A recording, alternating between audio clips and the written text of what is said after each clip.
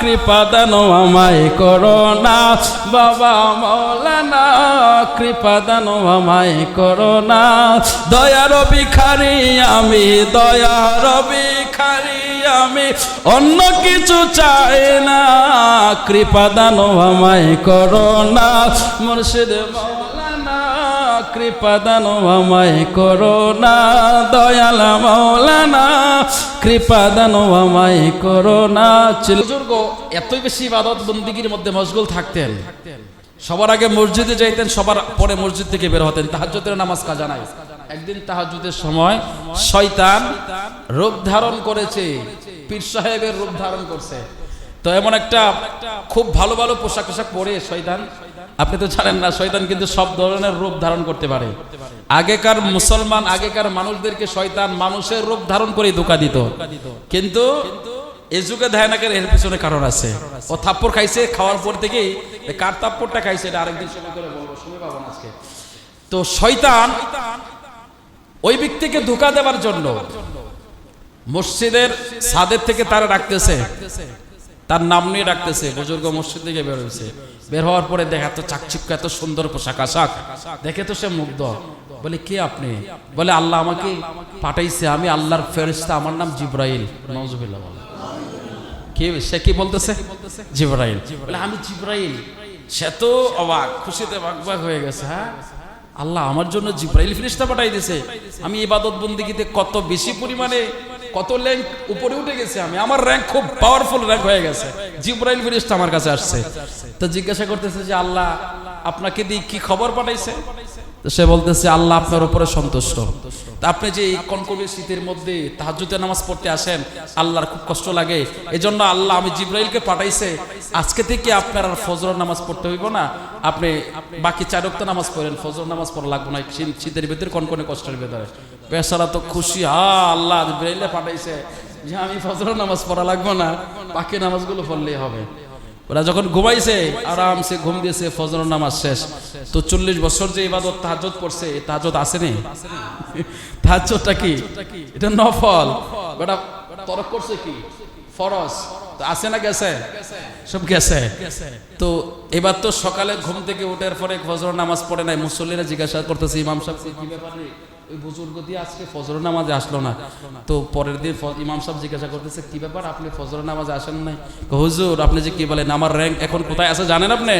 আমার কাছে জিবরাইল ফেরেশতা আসছে রাত্রে, জিবরাইল ফেরেশতা এসে আমাকে খবর দিয়ে গেছে আমার আর নাকি ফজর নামাজ পড়া লাগবে না। আহা, ইমাম সাহেব তাহলে মানুষ বুঝাইছে, আরে আপনি তো ইবাদত বন্দেগী ঠিকই করছেন, কিন্তু আপনার মধ্যে তো ইলম না থাকার কারণে আপনি বুঝতে পারেন নাই। জিবরাইল ফেরেশতা আসা তো বন্ধ। মুহাম্মদুর রাসূলুল্লাহ সাল্লাল্লাহু আলাইহি সাল্লাম যেদিন দুনিয়া থেকে পর্দা করেছেন, সেদিন থেকে জিবরাইল ফেরেশতা আর কারো কাছে আসবে না। সুবহানাল্লাহ। আরো জোরে বলেন না সুবহানাল্লাহ। বলে জিবরাইল ফেরেশতা দুনিয়ার কোন মানুষের কাছে আসবে না।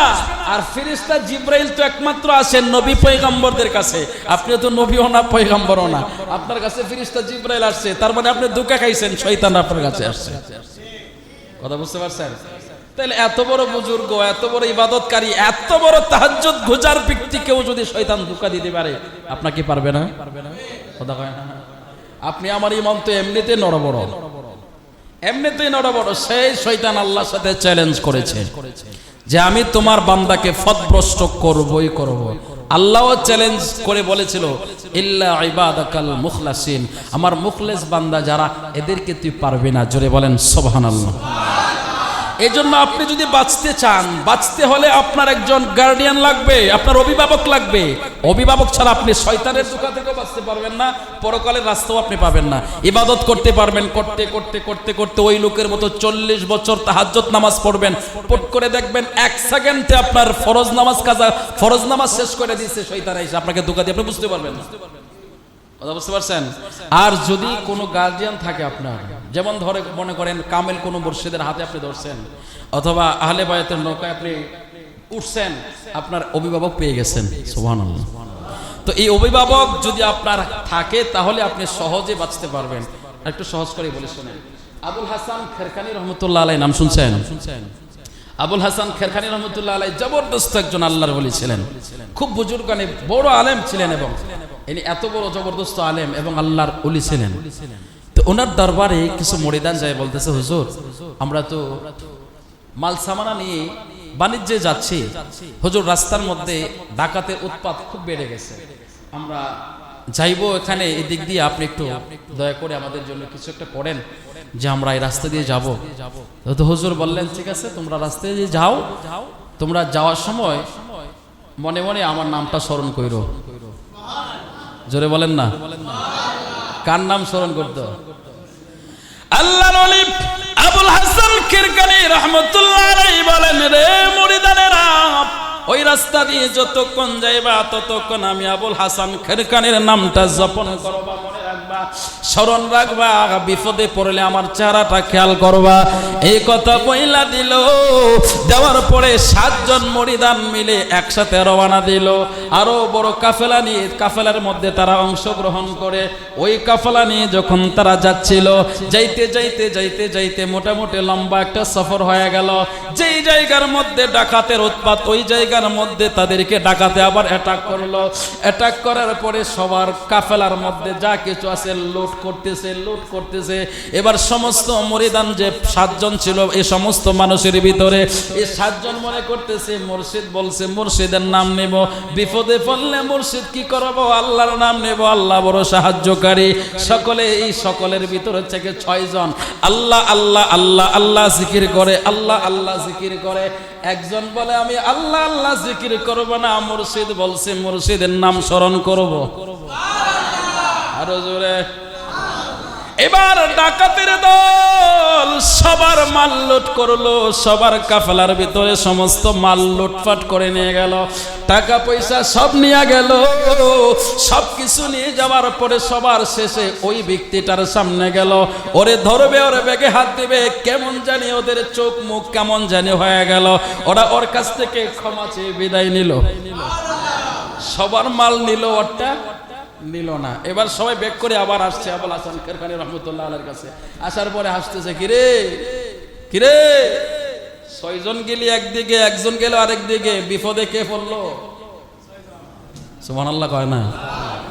দেখতেছেন না, দেখলে বলছে কেন সুবহানাল্লাহ কইতেন না? না, এটা হয়তো আপনার কাছে অদ্ভুত লাগতে পারে, আপনি হজম করতে পারতেছেন না। আপনি হাদিসে আসে হযরত ওমর রাদিয়াল্লাহু তাআলা আনহু মসজিদের নববীতে খুতবা দিচ্ছেন, জুমার খুতবা। ওই দিক দিয়ে একজন মুজাহিদ পাঠাইছে, তো মুজাহিদের মধ্যে লিডার ছিলেন সারিয়া। ওনারা যখন যুদ্ধ করতেছে প্রায় 40 মাইল দূরের উপরে, অনেক লম্বা জায়গা, তো ওখানে জুমার খুতবা দিচ্ছেন হযরত ওমর। জুমার খুতবার মধ্যে হঠাৎ করে বলতেছেন, ইয়া সারিয়াতাল জাবাল, হে সারিয়া তুমি পাহাড় ছাইরো না, পাহাড় তুমি ছেড়ে দিও না, ছেড়ে দিলে তোমার বিপদ আছে। তো হযরত ওমর রাদিয়াল্লাহু তাআলা আনহু মসজিদের নববী থেকে ডাক দিলেন, সে ডাক 40 মাইল দূরে গেল।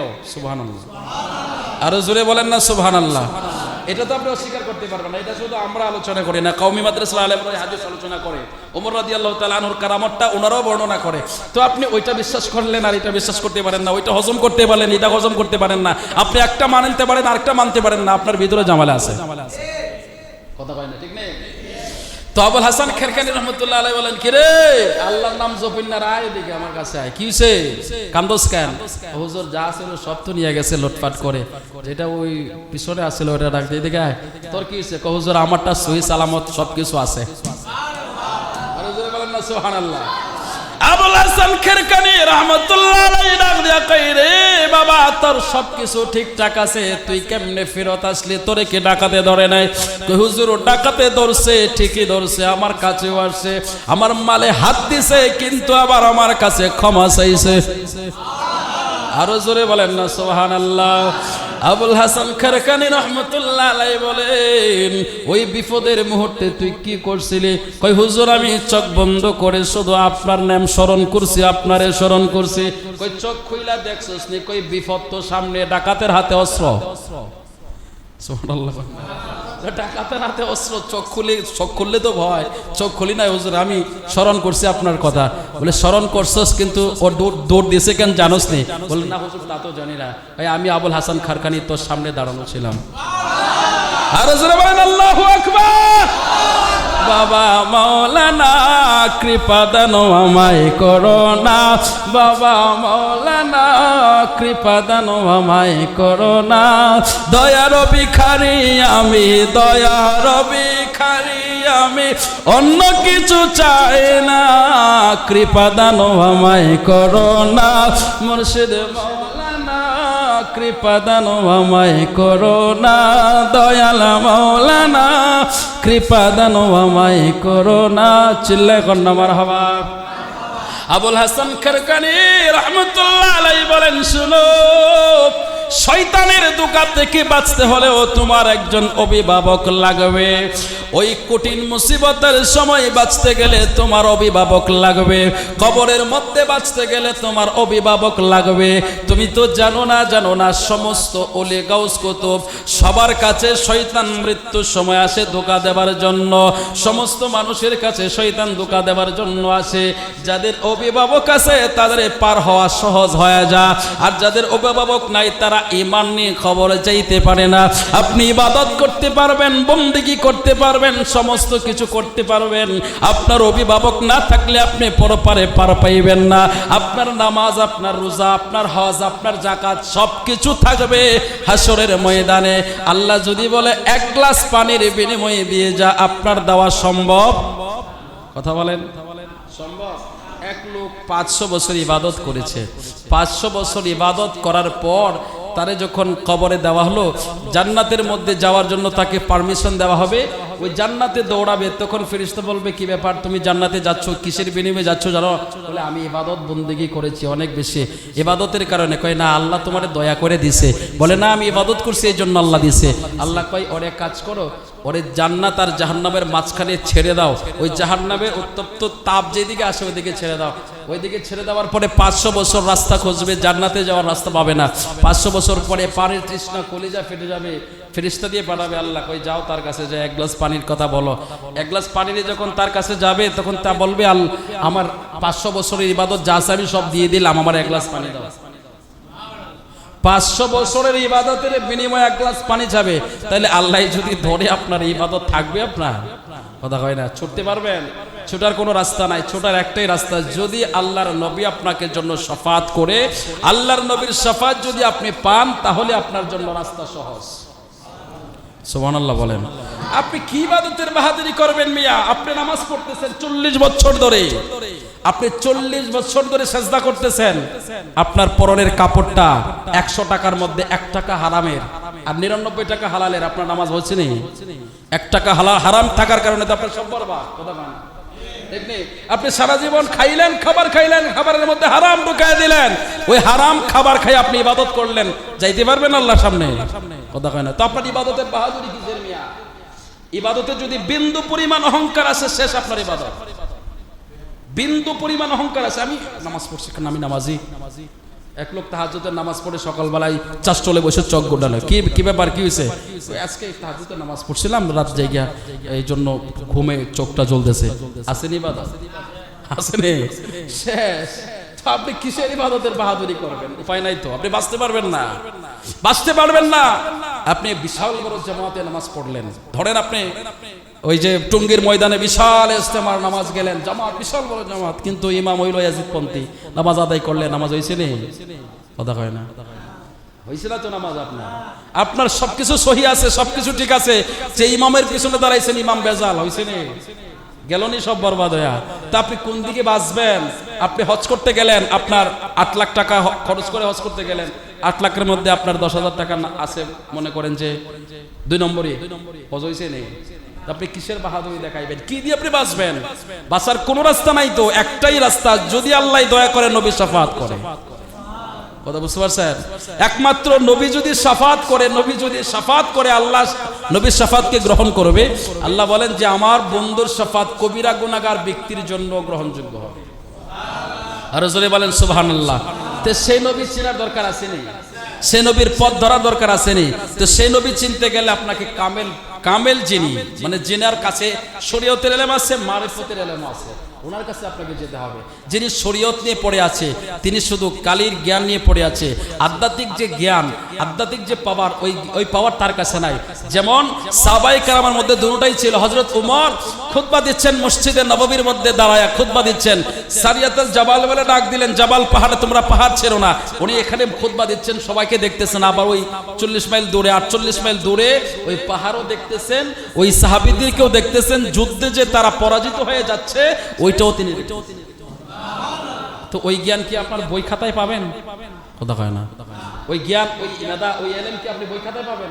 কি কোরআনে পাবেন, হাদিসে পাবেন? পাবেন না। তো ওইগুলো কোরআন হাদিসে আপনাকে রাস্তা দেখায় দিব, কিন্তু ওই জ্ঞান শিখতে গেলে কোরআন হাদিসে সবকিছুর আছে, সবকিছুর সমাধান আছে, কিন্তু আপনার বের করার মতো ক্ষমতা নাই। কথা বুঝতে পারছেন? কোরআনে এমন কোনো তথ্য নাই যে তথ্যটা কোরআনে দেওয়া নাই, কিন্তু আপনি তো বের করতে পারবেন না। আপনাকে বের করতে গেলে আপনার ওই রকম যোগ্য ব্যক্তির কাছে যেতে হবে যিনি এই সম্পর্কে অভিজ্ঞ। কথা বুঝতে পারছেন? যিনার পিএইচডি আছে সম্পর্কে, ওনার কাছে গেলে আপনি এই নিখুঁত তথ্যগুলো জানতে পারবেন, বুঝতে পারবেন। তো এইগুলো জানতে গেলে কোথায় যেতে হবে? মাদ্রাসা দুই ধরনের, একটা শরীয়তের মাদ্রাসা যেটা আমরা বিল্ডিং করে বানায় পড়াই, টিন দিয়া বানাই, বিল্ডিং দিয়ে বানাই, যাই করে বানাই আমরা, যেটা স্বাভাবিকভাবে আমরা শিক্ষা দিতে থাকি, প্রাতিষ্ঠানিক শিক্ষা বলে। আর মারিফতের একটা ক্লাস আছে, ওইটা শুধু একমাত্র আল্লাহর ওলির কাছে পাওয়া যায়। একটা হচ্ছে মৌখিক জ্ঞান আর একটা হচ্ছে আত্মার জ্ঞান। আত্মা থেকে আত্মা যেভাবে জ্ঞান ট্রান্সফার করে, ওইটা আল্লাহর ওলিদের কাছে আছে। তো আল্লাহর ওলিরা কোথায় থেকে পাইছে? এটা ওই নবী থেকে আসছে। সুবহানাল্লাহ, আরো জোরে বলেন না সুবহানাল্লাহ। তো দুইটা রাস্তা, একটা শরীয়ত আর একটা মারিফত। হাকিকত জিনিসটা আপনি পাইতে গেলে ওই মারিফতে আপনাকে ডুব দিতে হবে। মারিফতে যতক্ষণ ডুব না দিবেন আপনি হাকিকত খুঁজে পাবেন না। আর হাকিকত যতদিন খুঁজে না পাবেন আপনি কোনো স্বাদই পাইলেন না। হাকিকত না বুঝলে আপনার ইমানের, ইসলামের, ইবাদতের কোনো কিছু স্বাদ আপনি পাবেন না। আপনি জিজ্ঞাসা করে দেখেন খাজা গরিবে নওয়াজকে, আপনি জিজ্ঞাসা করে দেখেন বড় পীর আব্দুল কাদের জিলানীকে, আপনি জিজ্ঞাসা করে দেখেন আবুল হাসান খেরকানিকে, সেজদায় আপনি কি পাইছেন? ওই সেজদায় আমি যা পাইছি গোটা পৃথিবী বিক্রি করে দিলে এর সমপরিমাণ কিছুই হবে না। বড় পীর আব্দুল কাদের জিলানীকে বলেছিলেন, হুজুর আপনি একদিন তাহাজ্জুদের নামাজ ছেড়ে দিলে কি হয়? ওই গোটা পৃথিবীটা যদি আমাকে বিক্রি করে 7 বার বিক্রি করে যে পয়সা দিবা আমাকে, ওই পয়সা যদি আমার সামনে রাখো, ওইটা আমার কাছে তুচ্ছ মনে হবে। একদিনের তাহাজ্জুদে আল্লাহর কাছে, আল্লাহর সামনে চোখের পানি ফেলানো যে সার আর যে মজা আমি পাইছি, গোটা পৃথিবী 7 বার বিক্রি করে দিলেও সেটার মূল্য হবে না। আপনি ইবাদত করেন, আপনার তো ইবাদতে মজাই নাই মিয়া। আপনি নামাজে আসেন, দৌড়াদৌড়ি ছোটাছুটি করেন, খালি কিভাবে সেজদা শেষ করে চলে যাবেন। ইমাম সাহেব যদি কেরাত একটু লম্বা করে সর্বনাশ সারছে, সিগন্যাল দেওয়া শুরু করে তো পিছন থেকে, মানে কাশি মনে হয়, কাশি না আসলে মনে হতে যায় 12 মায়া কাশির রোগী। কথা বুঝতে পারছেন? হয়তো অবশ্যই আপনাদের এখানে নাই। বিভিন্ন জায়গায় আমরা নামাজ পড়ি, তো বিভিন্ন জায়গায় যাই না, ওয়াজ মাহফিলের কারণে বিভিন্ন জায়গায় আমরা যাই, দেখি এই অবস্থায় চলতেছে। আপনি ইবাদত করতেছেন, মসজিদে আসতেছেন, আপনার ইবাদতের স্বাদ নাই, মজা নাই। মজা পাচ্ছেন না। আপনি মজা পাবেন কি করে? আপনি তো হাকিকত বুঝেন না, আপনি তো মারিফতের সাগরে ডুব দেন নাই। আপনি নামাজের মজা পাইবেন কেমনে মিয়া? তা আপনি ইবাদতের মজা পাবেন কেমনে? একজন ইমাম হুসাইনের কথা শুনলে চট দিয়া ধর ধর ধর ধর করে পানি পড়ে, আরেকজন কয় এটা কোনো ব্যাপার না, সিম্পল।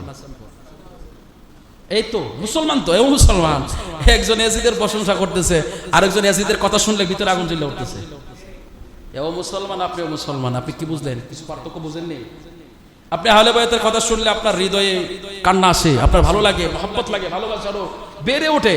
কিন্তু আরেকজন এই বিষয় সম্পর্কে আলোচনা করতে চায় না, ওর কাছে মনে হয় এটা মানে ফালতু বিষয় আর বিরক্তকর বিষয়। এও তো মুসলমান, ওই মুসলমানের ব্যবধান আছে না? আপনি ইবাদত করতেছেন, আল্লাহর ওলিরা ইবাদত করতেছে। আপনার ইবাদতের মধ্যে যে স্বাদ আপনি পাচ্ছেন, আল্লাহর ওলিদের কাছে জিজ্ঞাসা করে দেখেন এদের স্বাদের ভিতরে কি মজা যে রয়েছে। এক একজন আল্লাহর ওলিরা যখন সেজদায় চলে যায়, তখন আল্লাহর কুদরতে খাস করবে চলে যায়। আপনি ইবাদত করতেছেন, আপনি জানেন না? হাদিস তো আপনি শুনছেন, না পড়লেও তো শুনছেন। আল্লাহ রাসূল বলছে যে তুমি এমনভাবে আল্লাহকে সেজদা করো, এমনভাবে নামাজে দাঁড়াও যে তুমি আল্লাহকে দেখতেছো। সেটা যদি না করতে পারো যে আল্লাহ তোমারে দেখতেছে, ওই রকম আকীদা নিয়ে তুমি সেজদায় যাও। কোনোদিন দেখছেন?